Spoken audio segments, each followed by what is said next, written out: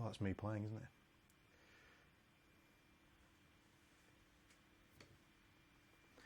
Why, hello people. How are we doing? Hello. Welcome to the Guitar Hour. I seem to have a slightly stuttery video for some reason. I'm not sure why.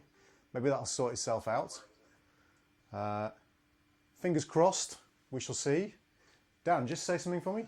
Hello. How are we doing? Yes. Okay.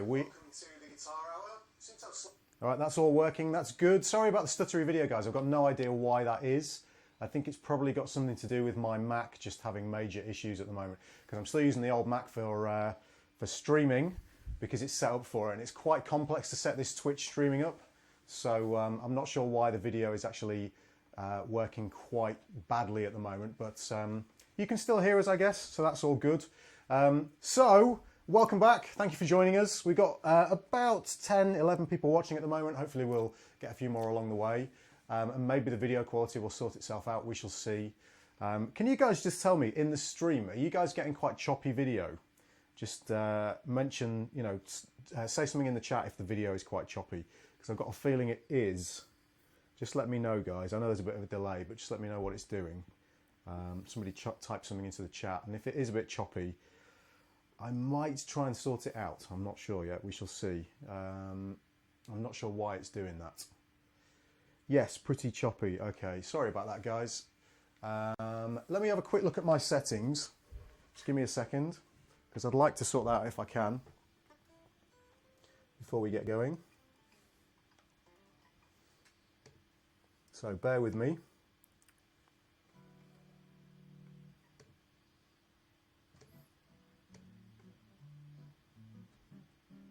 Okay, now it all looks good. I'm not sure why it's being really choppy.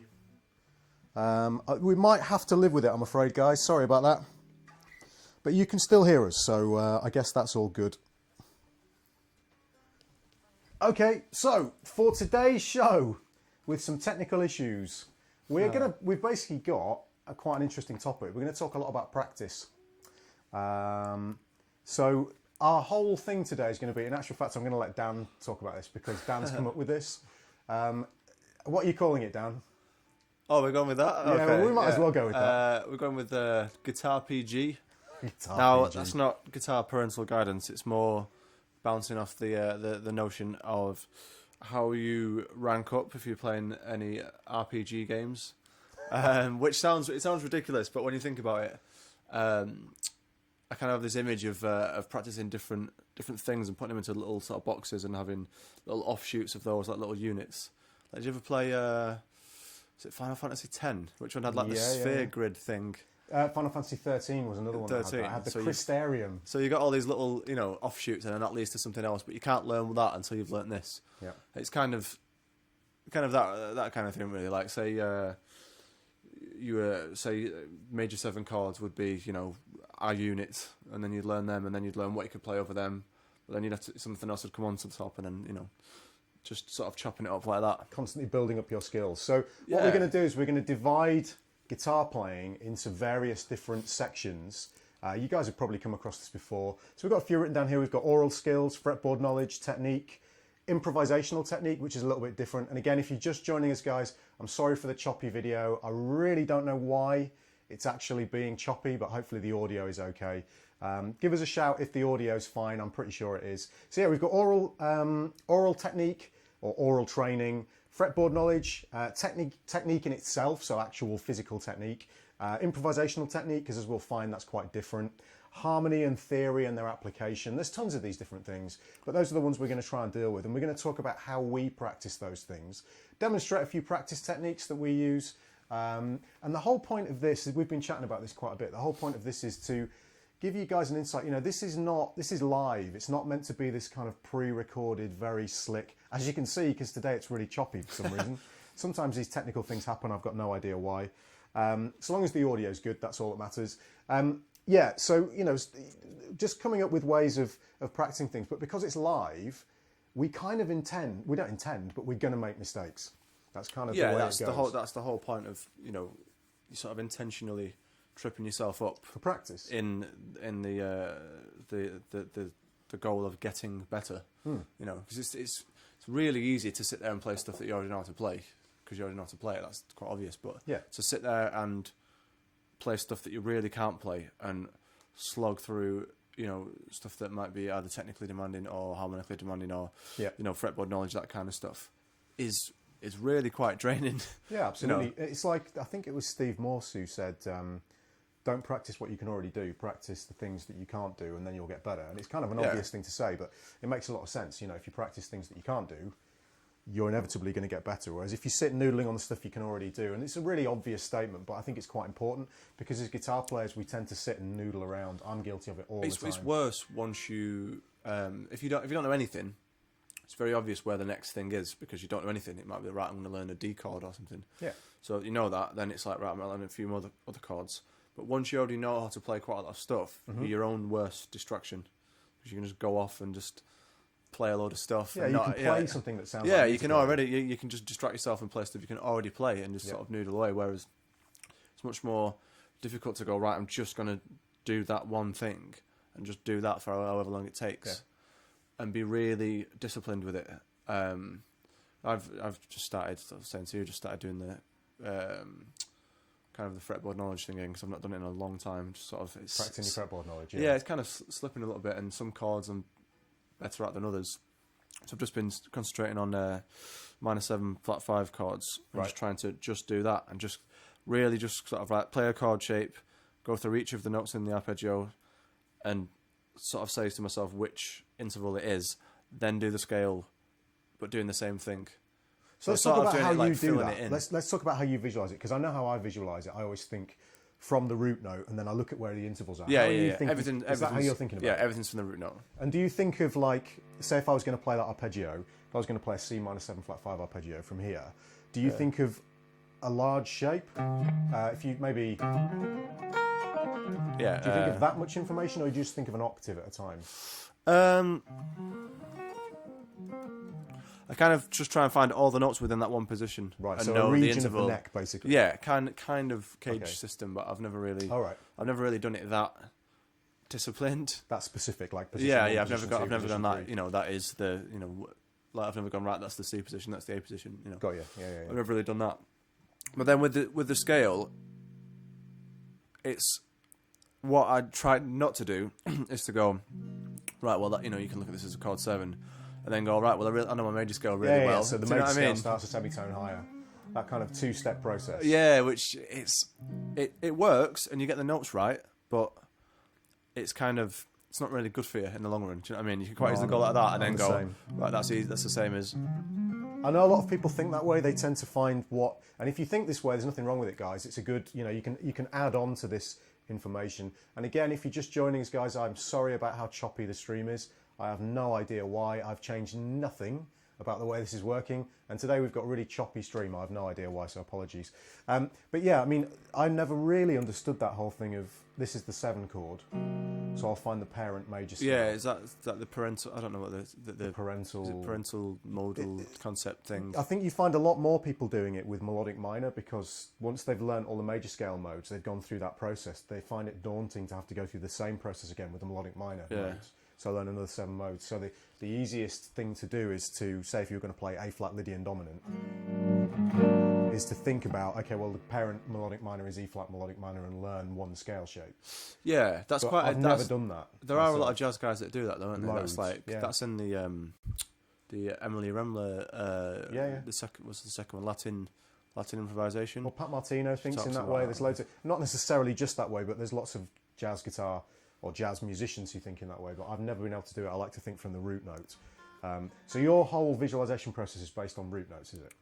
Yeah, I sort of overhauled all of it, because I did sort of do that thing of, I think originally what I did is I learnt from if you're referencing the major scale, is I sort of learnt that if you did G major, so you got your G major position there, and then I sort of learnt an A rooted G major, 2 octaves there, so that's kind of that much covered. Yeah. And then I learned, oh well, you've got the relative minor, so that sort of covered. Right, okay. That kind of covered most of the neck. So do you think that way now? No, not now. No, that's kind of how I used the old way. Sort of, yeah. Because at that point I wasn't really playing anything. I was kind of playing. Based. Yeah. So you And just it's had to like- find, all you had to find was where the notes were, and you didn't have to think too much about I what notes you think were playing. Jason was mentioning that he thinks in a similar way. He sort of said something like that to me the other week. When we met Revealing face to face. Jason's secrets now. He said something like that. I don't want to throw him under the G major bus as it is. but yeah, so that kind of covered most things, and then that was just getting all the notes. I wasn't thinking in intervals at all. Same here. That's not. I never used to think that way at all. Yeah, but it takes quite a long time to sort of overhaul to think that way. But once you've got it, you can pick stuff up.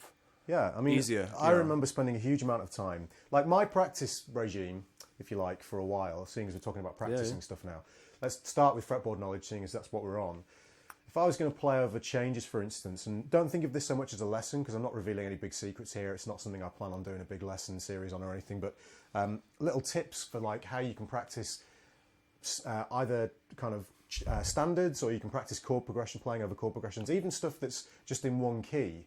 But we'll do something with I don't know, like Stella by Starlight, and I'll shout the chords out. So if we had E minor 7 flat 5 as the first chord, I would play over the whole thing basically, just playing root notes. But the reason I would do that is it's not that difficult to think, okay, where's an E on the fretboard? So I know where all my E's are, and however you find those, that's kind of up to you. You can do the octave thing if you like.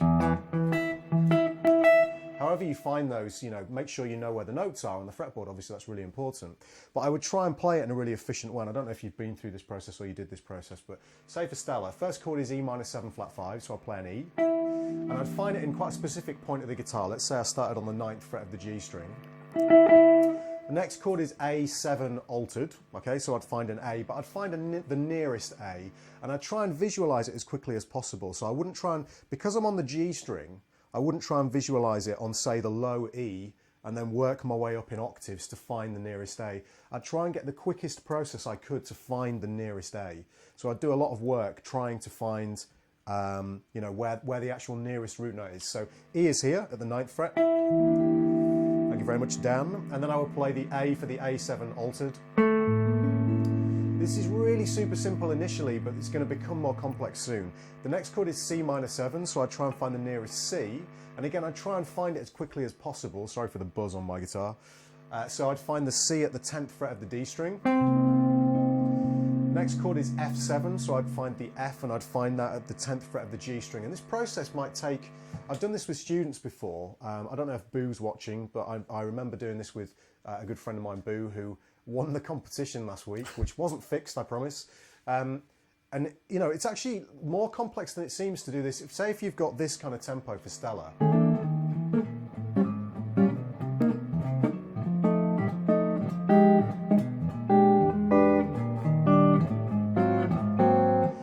You've got to find it's like E 2 3 4, A 2 3 4, C 2 3 4, F 2 3 4. It's quite quick, and if you're not used to doing this,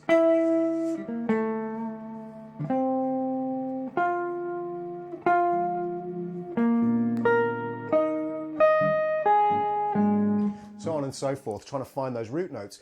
If you can't find those root notes, you're not going to be able to find the other intervals that are based off of those root notes. And that's where things start to become more problematic. If you're always thinking from this low E string or the A string for a big shape, so say I was thinking in this way, so for Stella again.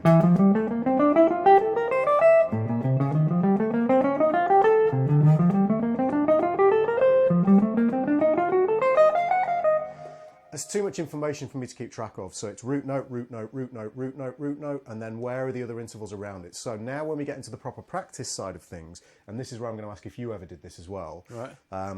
So I would play E, and then I would look for other intervals based around that E.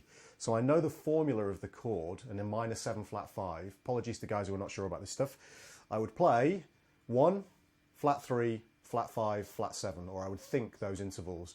And around this E, maybe I'd only do flat 3s to start with. Did you ever do this kind of thing? Yeah, I've seen there's a video, I think it's one of the Professor Shred things, whatever, that Guthrie did, and he talks about a similar thing. Do you know, I didn't know what that was, and I thought you were going to say something like Rusty Cooley or something. No. Rusty Cooley, but he talks about, not just Professor Shred, I think Professor it is. Shred, right. I think it's just a series of 5 or 6 lessons maybe on like guitar, World magazine, maybe it's one of them. And he says if you're trying to learn how to play over certain chords, maybe just start with root notes and then start with.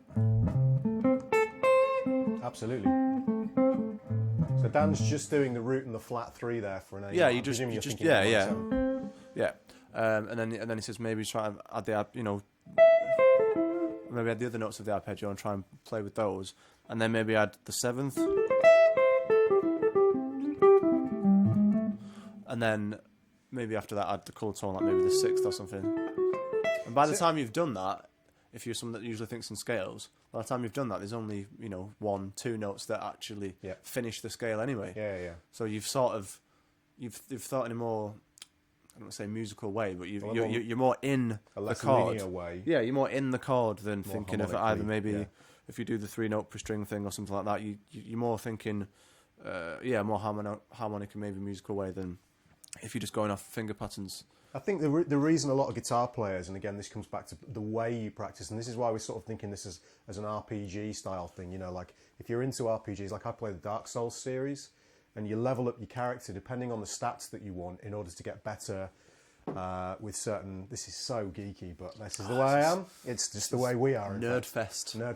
So you level up certain stats on your character, like dexterity or strength or whatever, and that gives you.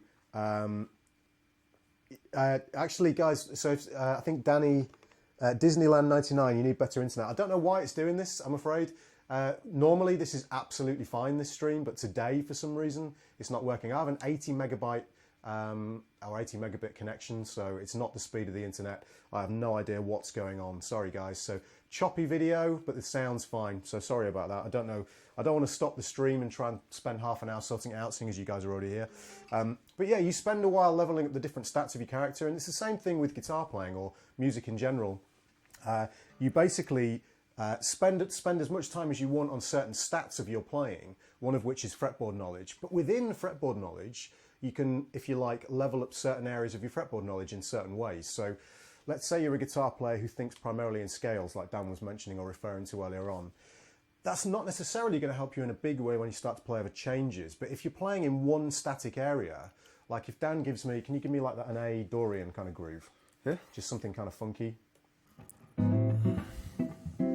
So if I'm playing over that and I think of a scale, that's useful because I don't need to think too much about resolving to chord tone, so I can just think this scale shape.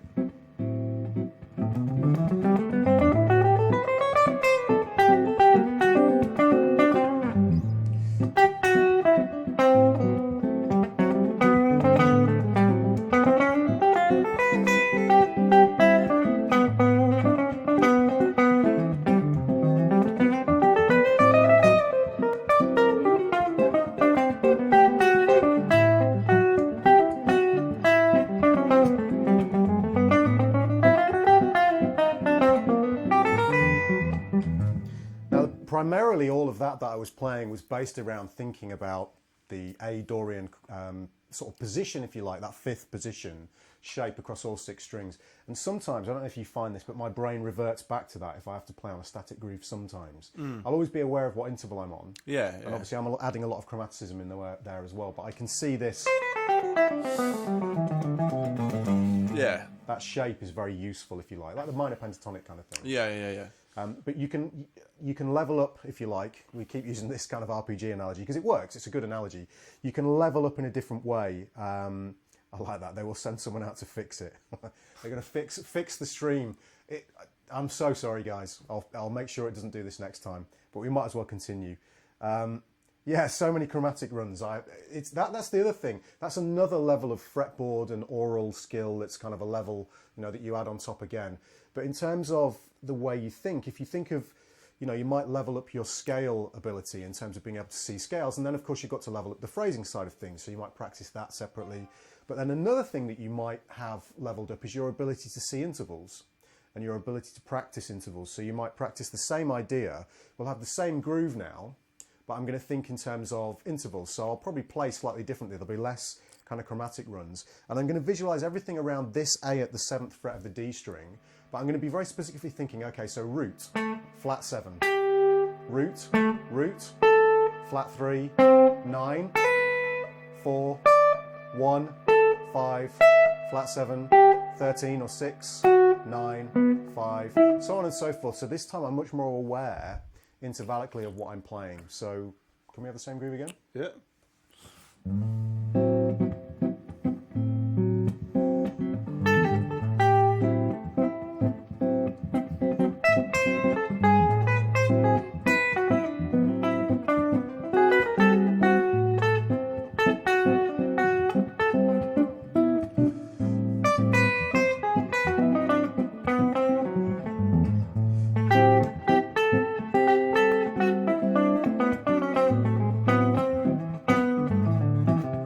So now I'm thinking from this A.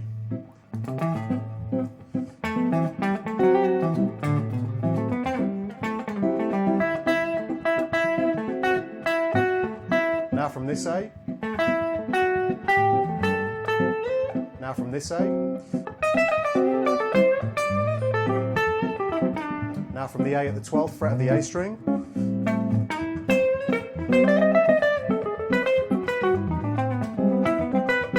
Now from this A.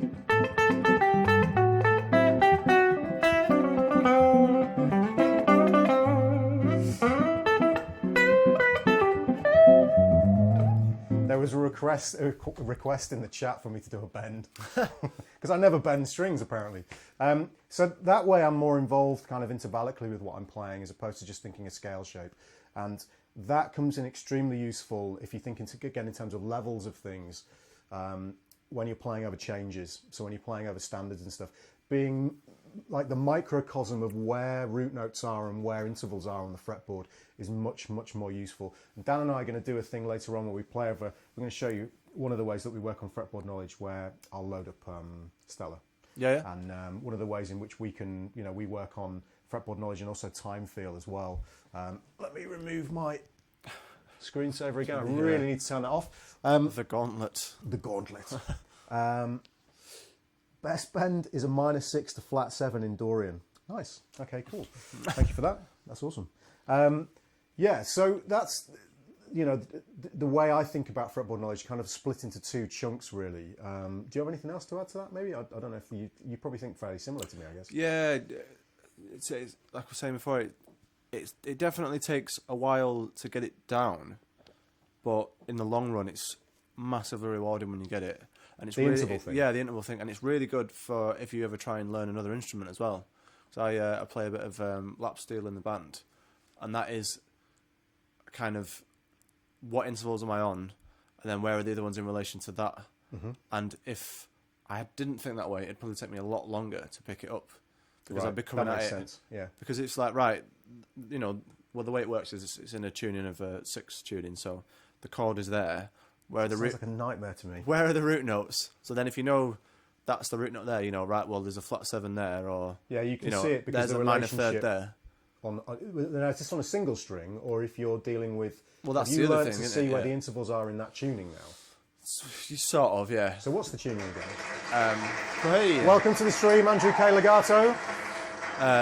C6. So it's... C6, you did tell me that, it's A, C, E, G, A, C, E, G. Oh, right, so in one way... It's kind of like a -2, -7 chords. In one way, if you found it on the top, it's more symmetrical, like this tuning, basically. Yeah, but I've got a double neck thing, and the second neck is E13. Why would you put yourself through it? It's a cool sound, though.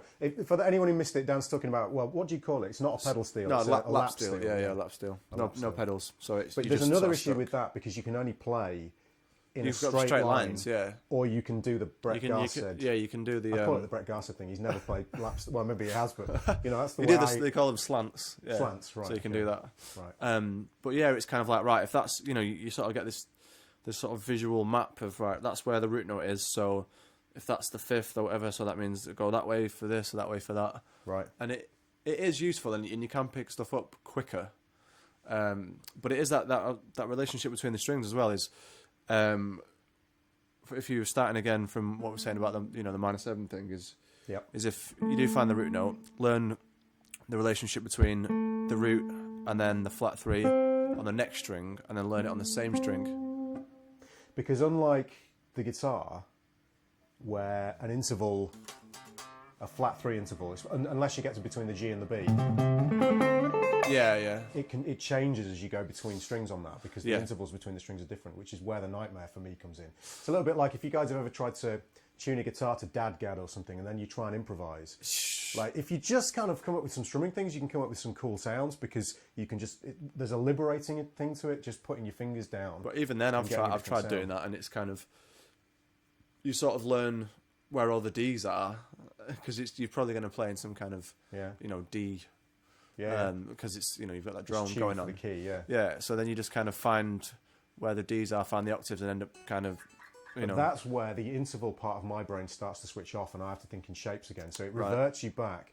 And in no way do I mean this in a kind of like, we're talking about levels, but this is not necessarily better when I talk about the interval thing. It's just, it is categorically better if you're dealing with changes playing. It's just a change in thought process, isn't it? It's, it's like a different diet, if you. I've noticed that, if I have to play in dadgad or something like that, you learn what a box looks like, and once your brain has found the easiest route to the information, you don't tend to go any further. And I think, again, coming back to melodic minor, that's what happens with a lot of guitar players, because they've learned their major scale modes in kind of an in-depth way, and because they use them all the time, they tend to have them more down than the melodic minor modes, and then the melodic minor becomes either a 3-note per string thing, primarily or exclusively, or they learn to the semitone up, or a fifth exactly. up, They don't think about the intervals. So when I see altered, I'm thinking about each of the scale tones in terms of the 1, the 3, the flat 7, and then the flat 9, the sharp 9, the flat 5, and the sharp 5. That's one thing that took me ages to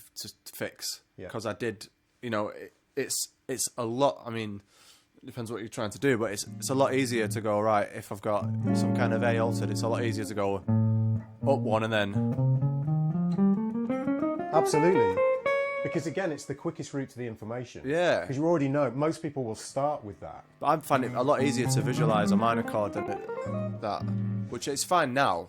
That's a really common device, though, for guitar players, to take that what minor 7 flat 5 were you playing there? I was playing like an A7. Yeah. Sorry, I was going back to what you were talking about with your C minor 7 flat 5. It's a really common device for people to go up a minor third and think of the melodic minor scale. Yeah, I've done that. For some reason, more common than when people think about any other melodic minor. For some reason, that going up a minor third seems to be really common. But yeah, I mean, effectively, fretboard knowledge is so important. I mean, it's one of the things that you want to. It's like one of the things, if you're playing an RPG, that's one of those major stats that you need to level up. In fact, all of these are pretty major. They can all be. Originally when I sort of mentioned this, it was even smaller. Sort of things than this, like really small units, like I've never really been into like tapping or anything like that. I mean, sort of did it a bit when I was sort of younger, because you sort of learn, oh, that's quite cool. But I've never thought I'm going to pursue that to the point where I can maybe do it, use it improvisationally, use it improvising, or because I just can't think that way. I can't match it up. You get a few licks. Calls it peripheral vision doesn't work that way. I can't visualize two parts of the fretboard at the same time. So for me, it would say if I was here with the left hand and here with the right hand, I can't visualize both at the same time, because I can't.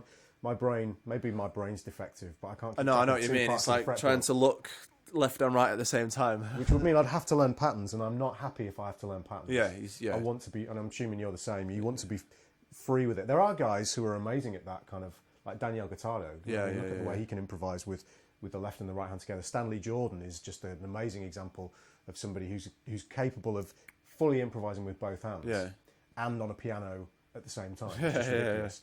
But I can't do that. So I've got enough going on keeping track of one hand and then what this hand is doing in order to articulate what the left hand is playing. There's a lot of stuff going on there. There's a chapter in Guthrie's. What is it? Creative Guitar 2, maybe, that goes on about tapping.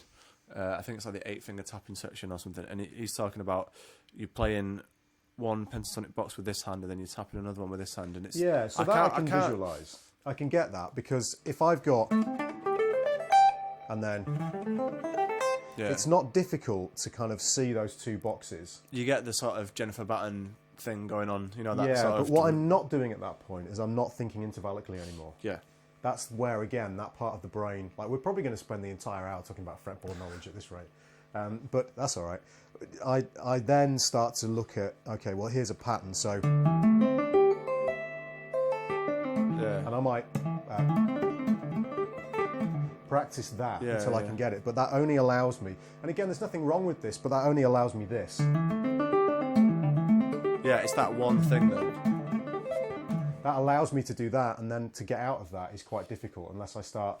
I'd have to practice. Like jumping on a roundabout and jumping back off again. Absolutely, and actually to jump on a roundabout is damn hard, you know. It's not something that's easy. So you play a little thing, and then this goes back to the kind of cliche that guitar players have. I'm going to throw that lick in because it's quite impressive, and then I'm going to go back to improvising with my minor pentatonic licks because I practice this thing. You sort of get that patchwork thing going on. It doesn't work for me. I want to be able to actually physically be free with it, Yeah. like with the legato thing. So I practice that to the point. So we're getting into technique now as well. Yeah. But I practice the legato thing to the point where I could play lines fluently and seamlessly, well, as seamlessly as I can, Right. or as I wanted. You know, I can't do it the way I want to yet, but I'm not stuck with a particular lick, if you like. Yeah. You know, I can take A Dorian.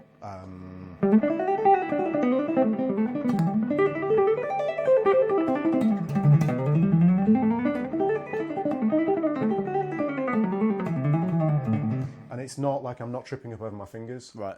And that's how I'd want my tapping to be if I was going to really develop it. Yeah. But I haven't got time. No, it's Or just, the it's one of those things. It's like inclination. it's kind of like that is a stat point which I will not level up. You know. Yeah, exactly. Yeah, It's just like now that's where that was the original angle. Is kind of you've got all these little units, and it's kind of tapping. And the interesting thing that what kind of inspired this was talking to different guys at Music Mess and that kind of different paths that people take. Do you know what I mean? Like either it might be sort of tune hopping, like.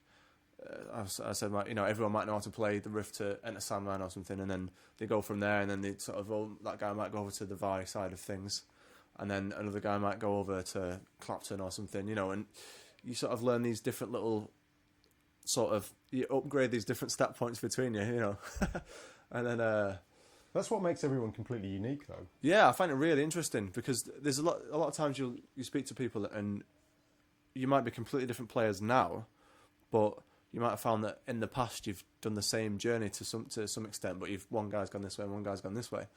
I think we were sat at the Fibonacci booth playing like Yngwie riffs at one point, and it was like, oh yeah, I remember this one kind of thing. Yeah, that's the weird thing, it's like I remember a particular night. I don't know if Stelios is watching this time, but a good friend of mine from Greece, and we literally spent the entire night playing Dream Theater riffs. Yeah. And it's amazing how many you can remember when you really think about it. Yeah, and it's not that you're that kind of player now. No. But it informed a certain path for me, if you like. Yeah. And all players, if you listed all the stats for guitar players, and you kind of notched off however many kind of levels they got on each stat, everyone would be completely different. It's kind of an interesting thing. I can hear the dog whining outside. She's desperate to come in. Might let her in at the end.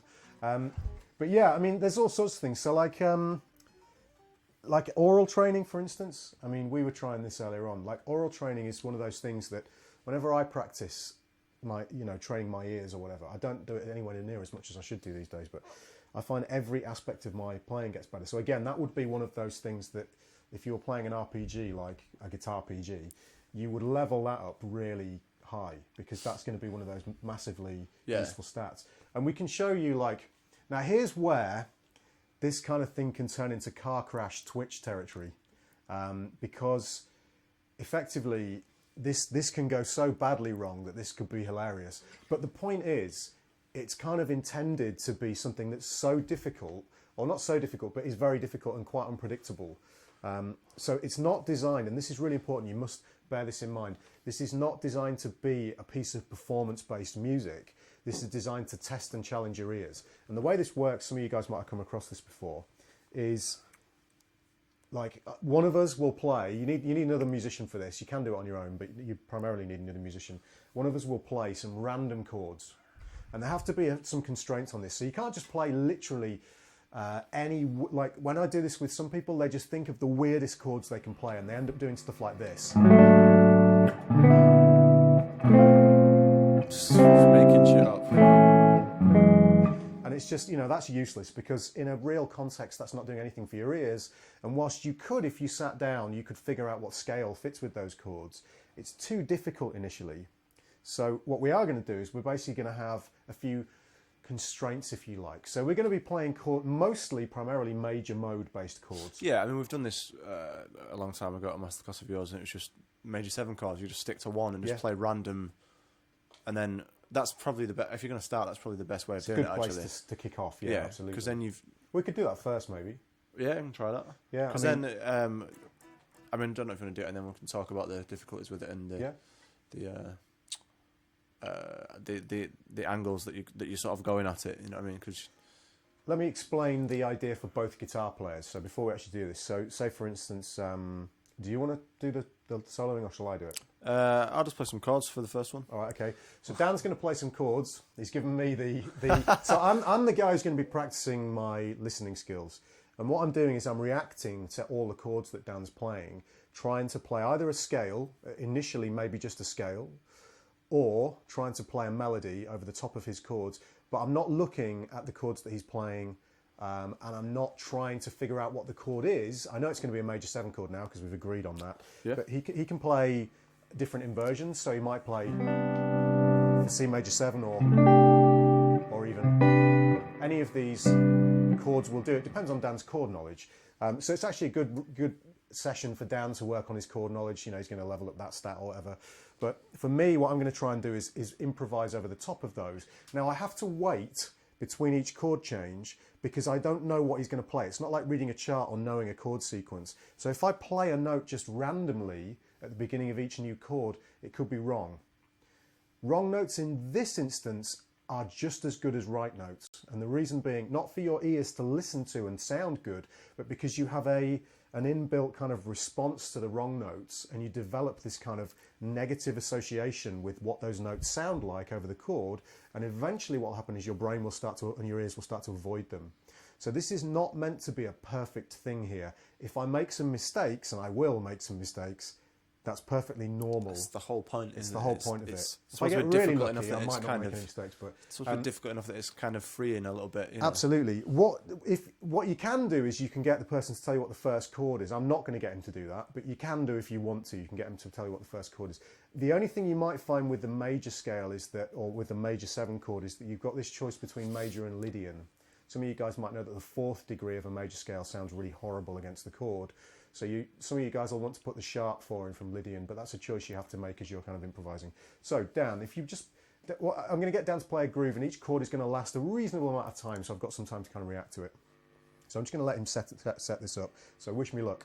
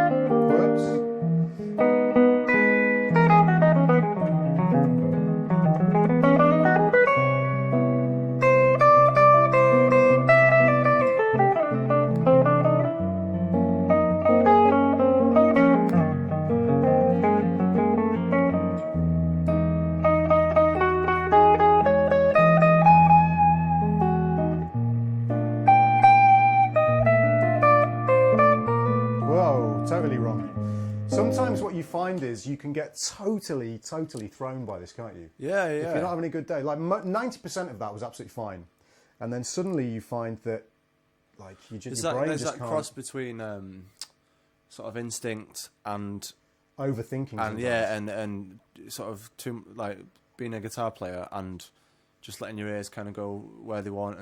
And the thing is, it's that thing of where you land on a note, and if it's right, then what? Do you know what I mean? That do you know that is you're at a level where you can go, right, I'm definitely on the third of the chord. Yeah, that's not what I'm not thinking in that sense at this point. Right. Definitely not. So what I'm doing is, if play a chord for me, a random major 7 sharp 11. Oh. Okay, so I'm finding a note. Okay, so say I've got this, and I'm trying to hear da da da da dee. Play it again. Da da da da dee da da da da. Play another one. I'm not looking.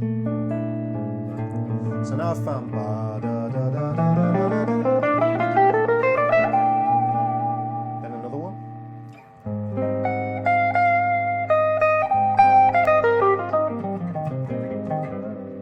So each time I hear the new chord, I'm finding a starting note that works over the chord, and I'm trying to basically, I like that. You're only ever a semitone away from success. It's very true. The key to this really is, yes, you're only a semitone away or you're on a right note. Then it's trying to hear, okay, where are the other notes, either scalically or melodically, that I want to play that are going to fit over this chord? So we'll just do one more. Just play me a 9 sus4 chord, so like a, I don't know, one of these. Okay, so this note here, I can hear da do dee ah.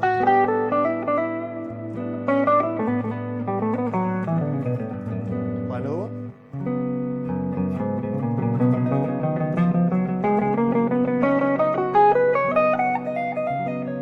Play another one.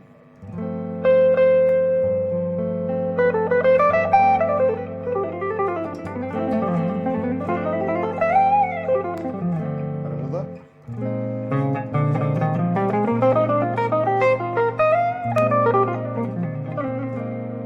So you get the idea. I'm basically trying to hear each of the different harmonic areas, if you like, and then from there, when I've found my starting note, I'm trying to figure out orally where the rest of the phrase should go.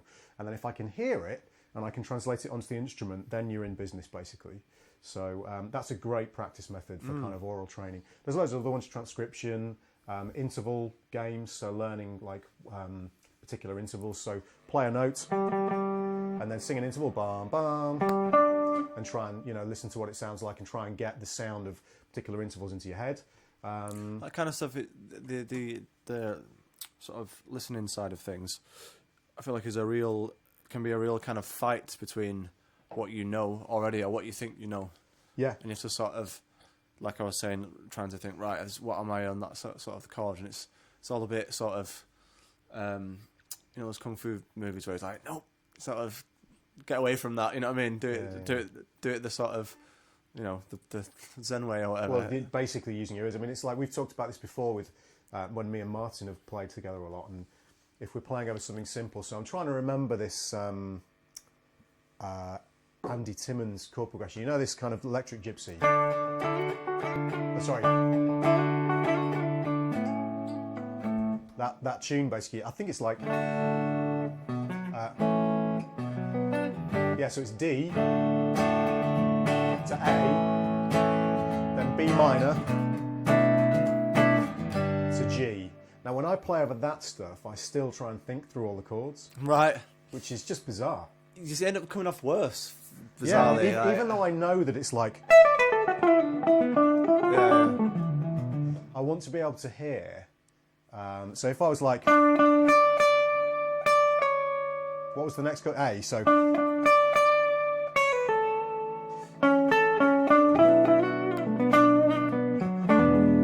G. Oh, sorry. I want to be able to hear the chord sequence in my lines.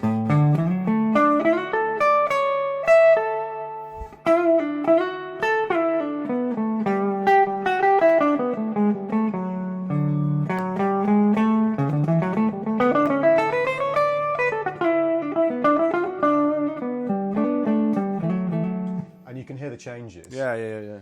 But you don't necessarily need to do that all the time. And some of the best playing that you find is where you switch that side of your brain off and you just play. Yeah, there's tunes in the band that I have to play, and it's kind of, sometimes it's best to just go, right, this is roughly G, just stick with that, There's one tune, and it's the changes, it's kind of... Jesus, that stuff is like my nightmare. There's no, you can't think quick, I can't think quick enough to play over that. That's like G, B flat diminished, A minor, D7. So it's kind of like a 165 kind of thing, really. But at that speed, I don't think I'd ever want to be thinking at that speed, to be honest. No, I mean, there are guys who do, obviously. So the chord sequence was what? G, B flat, diminished. Oh, yeah. A minor, yeah. Yeah, I mean, I would probably, for me, I would be most comfortable playing over that if I wrote it down. Yeah. And, like, if I write the changes down. So, because I have a terrible memory. So G, I know exactly what it is, but my brain won't allow me to kind of process that information that quickly. So I would definitely kind of think of that as being... oh, God. And then it becomes really hard to play because of the tempo. Yeah. That just becomes a nightmare. So all of your vocabulary that you know, if you could play over that more slowly, is now not so applicable unless you're Borelli-Legren. Yeah, it becomes very, very difficult. Yeah. So you end up, I guess, playing more by ear. Well, I just end up just thinking of all the cliches, the vocabulary. Yeah, cliches. Just kind of stuff around G, because. But then that's another leveling up thing. That's like another stat that you can have. All that vocabulary that's kind of applicable to that. So all this kind of. Yeah, that kind of what was it? That kind of stuff. That's where licks become very useful. Yeah, especially within a very specific stylistic frame point, because the kind of that whole Western swing thing it is quite a small little subgenre, really. You know, I mean, if your genre is jazz, it's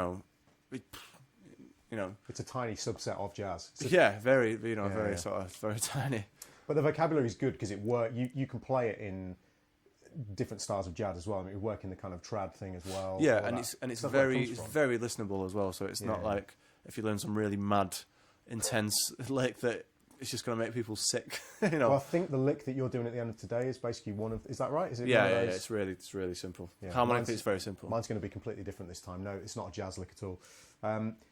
So I mean, again, if you can, when you're practicing, if you can think of small pieces of information and think of it in terms of leveling up. So every time you come away, we've said this before, every time you come away from practicing, you definitely know that you've learned, X amount of stuff, and that you've improved a little bit. And I think if you think of it in terms of leveling up, it's quite a good system to use.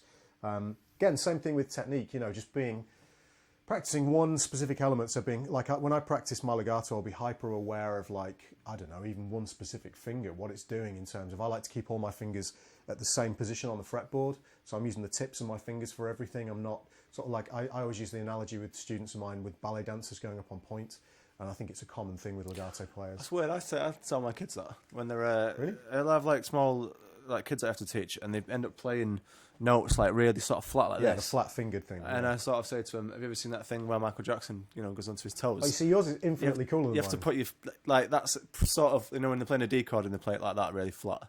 If you imagine, that whole Michael Jackson thing, that's the thing. If you say to kids, tips of your fingers, ballet dancers, they're like. Whereas you, mate, you're not interested. Absolutely, but I mean, the analogy is the same, and it works quite well. I'm just trying to think if we had any others. So we've done oral training, we've done some fretboard knowledge stuff. One of the things we were going to do, although it's going to be a bit of a problem in terms of getting the chart up, not too big a problem because I can probably put it on the screen here, is we can do this actually. We were going to play through Stella by Starlight, but this is an interesting exercise in terms of fretboard knowledge and in terms of time. Various other things. We would just want to give you guys a few ideas of things that we might practice, especially when we're together. Because, I was saying there's not enough. While you're doing that, I'll load this up actually.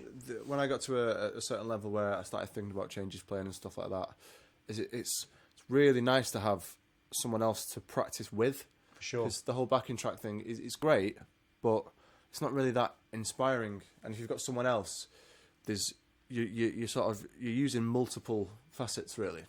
because if you're comping for them, you've got that side of things. You know, you've got the rhythm playing, you've got keeping time, that kind of thing. But then you've also got that back and forth. You know, if you play something that's quite nice, if even if the other guy's like, oh yeah, you know, sort of, you get a bit of a nod. That's inspiring to keep going. Whereas if you just sat at home with a I think the bottom line is that basically you are in a real musical situation. Yeah. So that's really important. You know, to be practicing in a real musical situation prepares you better when you are in a real musical situation. Because I see a lot of people who, when they're put in a genuine musical situation, they freak out completely. I mean, a genuine musical situation where they have to improvise usually. Yeah.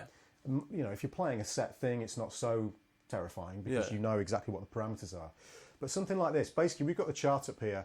And again, you know, don't worry if you don't know the chords or whatever. And if you can't follow the harmony, don't worry. But the exercise is, you know, is sound in terms of what you're going to be doing. So you guys could practice this together if you wanted to. Going to put a metronome on. Now, I hope you can hear that all right. If you can't, you should hopefully still be able to hear the time a little bit. Now, the deal with this is we're each going to play a bar. And the thing that's difficult about this, if I just pause the metronome a sec, is that actually just playing for a bar is quite difficult. It's really hard because you're not resolving it, which is really odd. Yeah, well, normally, exactly. So if I was going to play over this, say the first two chords, I might play, I don't know.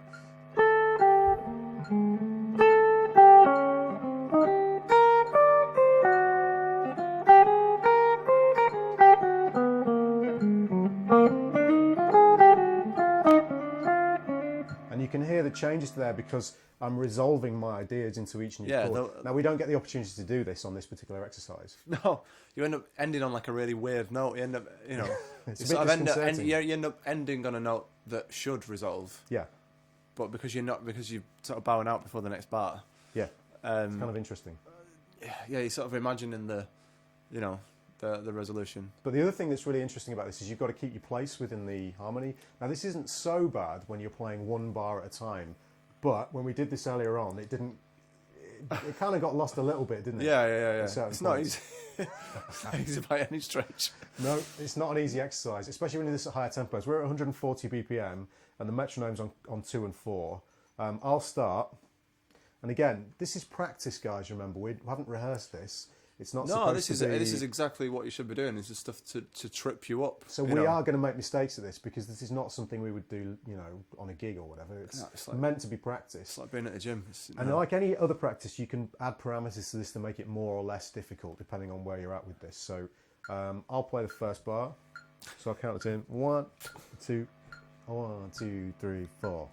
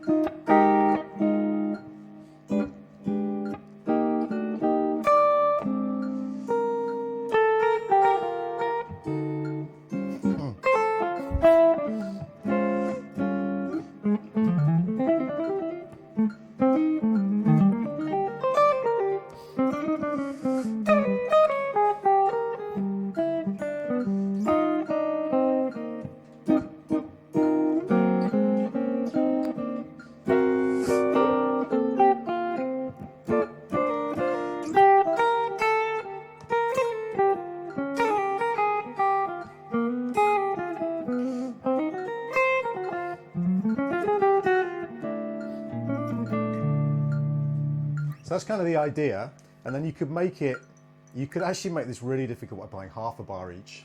Or, I don't know, like play for a bar, miss a bar.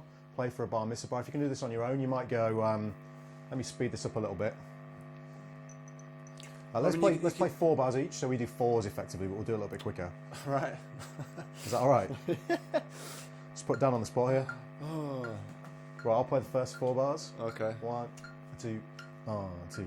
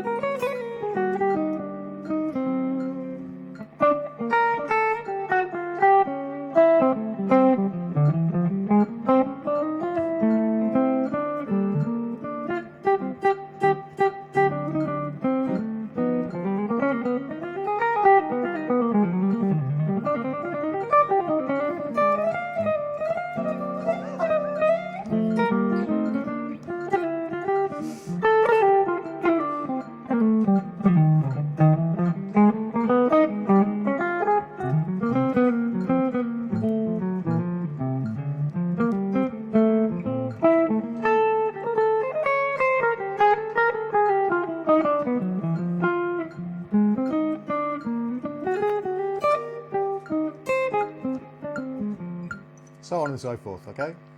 So that's the general idea. Now, the only other thing we thought we'd try, and this could be complete car crash, is, and this is kind of cool, we're going to ask you guys to write some chords into the chat. Because this is going to be a completely random kind of like fretboard-based exercise, fretboard knowledge exercise. Just write some random chords in the chat for me. And I'm going to write them down. We're going to have a chord sequence. Dan's going to play the chords, and I'm going to try and play over it. This was actually Stelios's idea.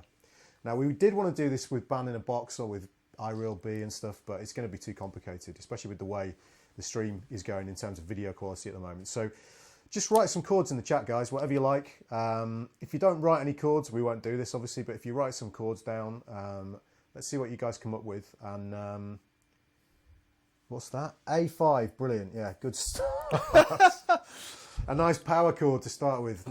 So write some other chords down, guys. Another little limitation thing that's quite good for learning to play over changes, which I did for quite a bit. I've not done it for a while, actually. I should do. Is reducing either the fretboard limitation, so either maybe just staying within 4 or 5 frets, or limiting strings. So maybe just literally just using the D and the G strings, and then trying to find the intervals within there, and that's really good for seeing where the intervals match up to the next chord. So you might have a third of one chord going to the root of the next, and so on. But reducing your options like that means that you can see it a lot easier, rather than seeing like a whole scale or a whole arpeggio. You can kind of see where these little things connect and get right through the middle of the chords and create lines that kind of weave through, rather than, it's kind. I mean, you wouldn't think so, but it's kind of easier to just sort of fully arpeggio your way through each of the chords and kind of play constant notes. Mm-hmm. Once you start stopping and leaving gaps, it's much easier to get lost. Yeah, totally. Totally. Yeah, for sure.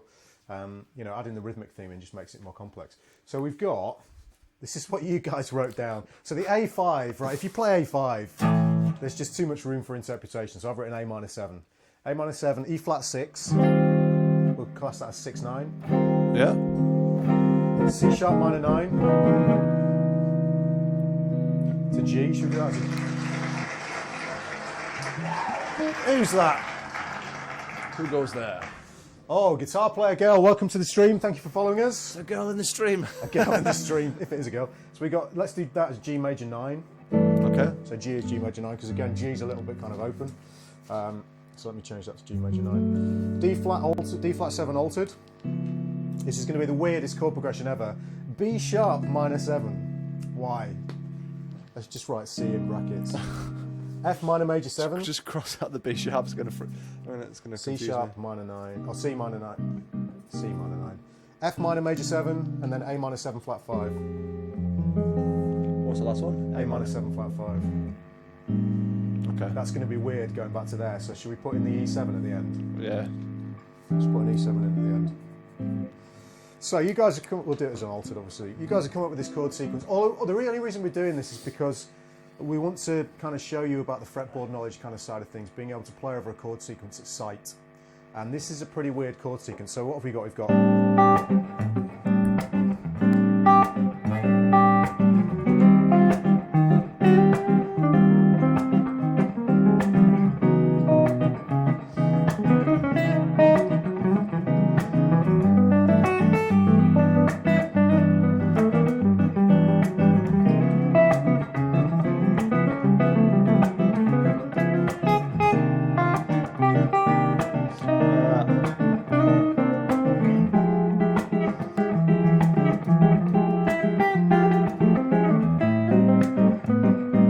Oh, sorry, I missed the chord out. Back to the top.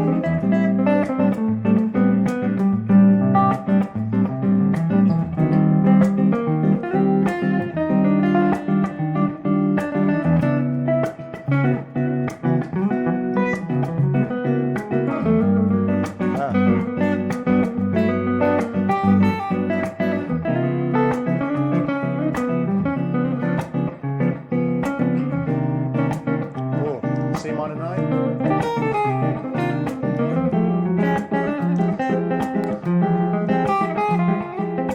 And these ones will make half the length. Back top.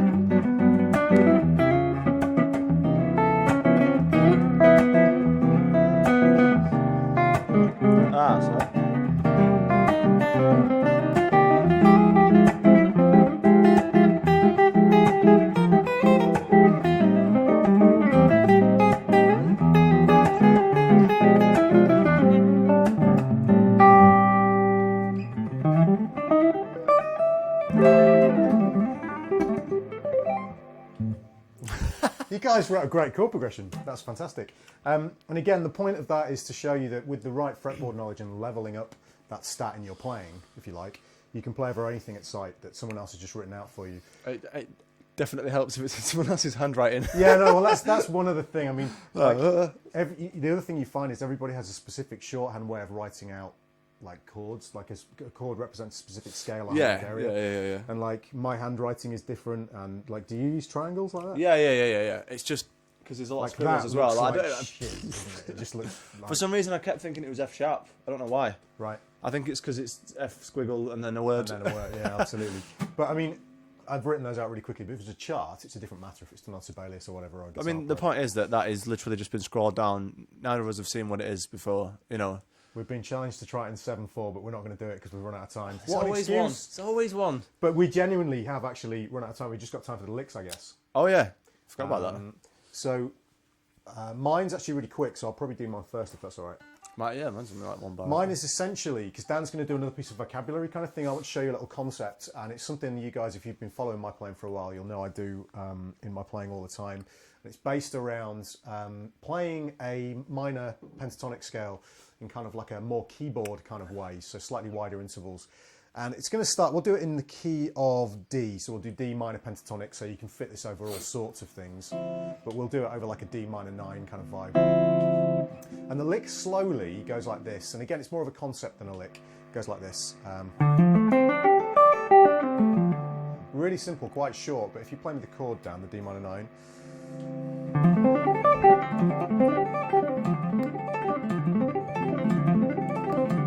I'm playing it, I don't know why I'm playing it that fast.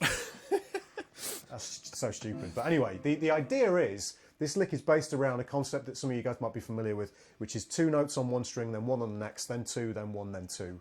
And it gives us this slightly wider interval sound. And again, as usual, we'll have it written out on my Facebook page, Dan's Facebook page, on the Guitar Hour Facebook page, and on Twitter. Yeah, it's a Twitch. We're on Twitch now. We need more Twitter followers. We need, follow the Twitter. Man, I'm getting mixed up between Twitch and Twitter. But yeah, the general premise is 2 notes on the A string, 1 on the D, 2 on the G, 1 on the B, or C in my case. This will be written out in standard tuning, obviously. And then 2, slightly wider interval here on the high E. And the nice thing about this is you can take it through the scale. So that's quite nice. So, you know, it's a nice little concept that you can move around the guitar. So I'll write that out for you. And then on to Dan. Oh, yeah. Oh, 1 second. Stelios, Infernal GR, it's just written, I'm late again, guys. Hi, Tom. Hi, Dan. And we've just been talking about you, Stelios, so you're definitely late. Sorry, dude. You missed your own game. And Stelios, I apologise for the choppy stream. We've got issues with some of the hardware, I guess, tonight. I'm not sure what's going on, so I need to fix it for next time. So, again, apologies before Dan does his lick. Massive apologies for the choppiness of the video, guys. It will be fixed for next time. Go for it. So, this is probably my favourite Western Swing lick that I've transcribed. I love this. It's amazing. It's not even anything that difficult. It's just for somebody playing this in like 1946. You're like, how has anyone even come up with this? So let me move the mic slightly out of the way so people can see what you're doing a little bit better. So hopefully they can see that. Hear you, but... So it's just move that way. Yeah. So it's just literally over a G going to a D. So imagine G, G, G. That's it. But the lick is. That is insanely cool. Do it one more time. It's amazing. So hopefully you can hear that when it goes to the F sharp, it's to the 1, 2, 1, 2, 3. 1, 2, 1, 2, 3. Yeah, I don't know if that was quite right, but 1, 2, 3, 2. Yeah. So yeah, it's essentially, if you've ever done the thing where you go, I'm trying to think of the best way to do it. That. So you basically take the third up to the 4, sharp 4, up to the 5. It's basically that idea, that kind of thing. But you're taking the root note on the top, jumping down to the root note on the low E, jumping up to the G, down to the 3rd G, down to the 4th G, down to the sharp 4, down. So yeah.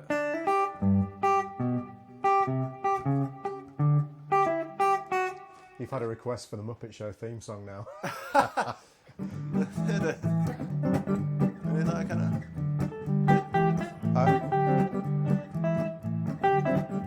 It's like rhythm changes, isn't it? No. Yeah. Yeah, that's right. Yeah, 1, 2, 1, 2, 3, 4.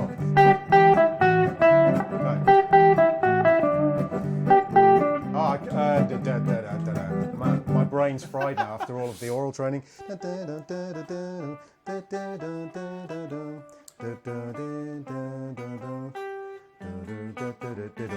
we go. It may have been Fraggle Rock at the end. Frazzled Rock, yeah, Fraggle Rock. Oh yeah, that's Fraggle Rock at the end. So what am I playing then? How does the end of the Muppet Show go?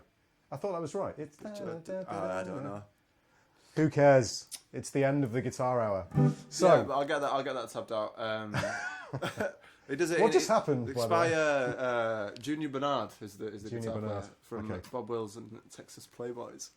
nice name. That's on Take Me Back to Tulsa, I think the tune is, which Okay. it's a 2-chord song. It's that What was his name again? One more time. Junior Bernard. Junior Bernard. Um, And is he still alive? Is he no, he died in a car crash. I think when he was like 32 or something. classic legendary guitarist story? Yeah, really. Like, if you're into like early swing stuff, I'd definitely check him out. He does it in that tune, and then he also does it in a tune called San Antonio Rose, but he does it in A then. Well, that's the nice thing about that lick as opposed to some of those blues licks. There's no open strings in it. I mean, I actually do the same thing from a comping perspective. If I'm playing like a G7 vibe, I'll do Yeah. or Yeah. it's the same idea, but obviously that's a much more complex kind of solo vocabulary-based Yeah. version of the But same thing. I remember there was a bass player on a ship that we're doing I can't remember what tune it was, but he basically just did that sort of lick like 4 times in one solo. It was kind of just really hammering out like.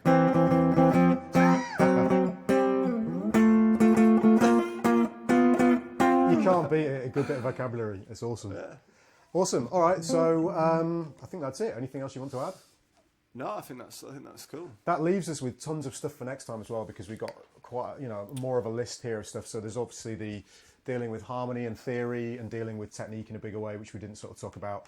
And we really do want to start this thing chord of the week, where we start talking about some applications of chords that you guys might find useful and not be aware of. We're going to do the Lydian thing, but as usual, we talked too much about our main topic, so we've run out of time. Yeah, So we want more playing this time. Definitely make some suggestions. It'd be nice to get people that are actually watching it more involved. So if there's anything they want us to talk about or try or play or anything like that, really. Yeah, I mean, you can make reasonable requests if you ask us to play like giant steps at 360 BPM in 7/4. This is not some kind of like freak show jumping through hoops. It's we're here to entertain you, but we're also here to we're here to talk. It's a very relaxed session. This trying guy to make it as sort of realistic and sort of tearing down the internet veil as possible. Absolutely, it's meant to be really kind of like sort of bare and kind of like natural and not kind of over the top production wise and kind of like too prepared.